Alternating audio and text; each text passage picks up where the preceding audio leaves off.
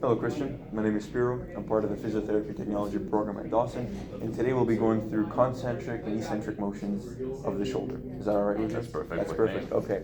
So before we begin, I'm just going to explain to you the different positions. We're going to have position 2, position 1, and position 3. Gotcha.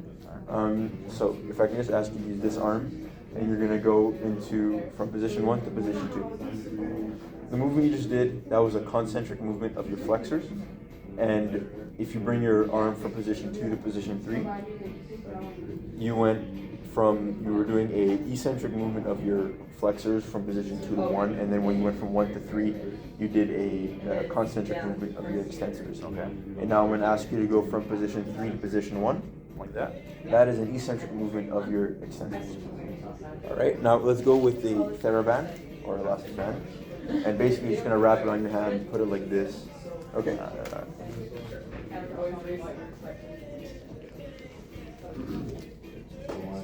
Like that. Yeah, that's fine. And the two positions are position 2 like before and a horizontal position. Okay. Right? So I'm going to ask you to start in position 2 and bring it to a horizontal position.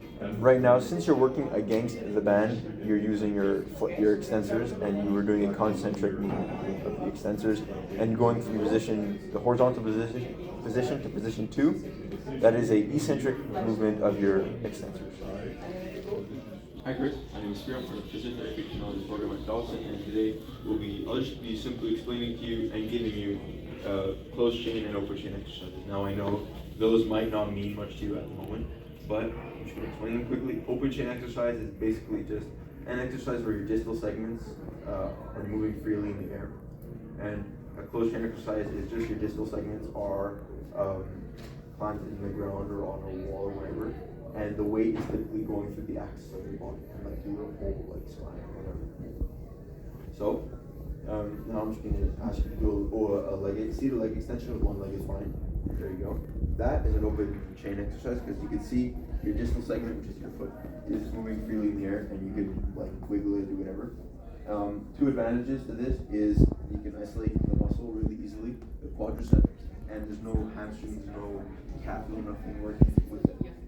Another advantage is that it is a lot easier to do than closed chain exercise because you don't need to have all those stabilization muscles, and it's a great starter exercise.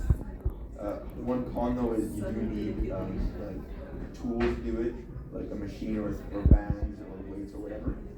And so yeah. Now closed chain exercise. Closed chain exercise. I'm just gonna get you to stand up. Do a squat, please. Shoulder gap. There you go. There we go.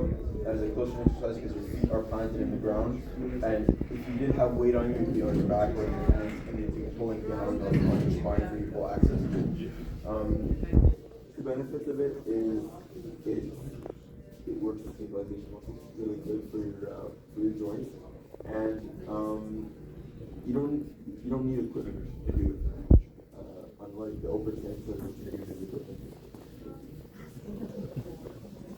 You don't need equipment, and you can really just do body weight exercises like push-ups, sit-ups, squats if you're able to do those, or like modified versions of them. The negative though is that they're a lot harder to do than the open chain exercise, and can take a lot more time to master. Right now, the open chain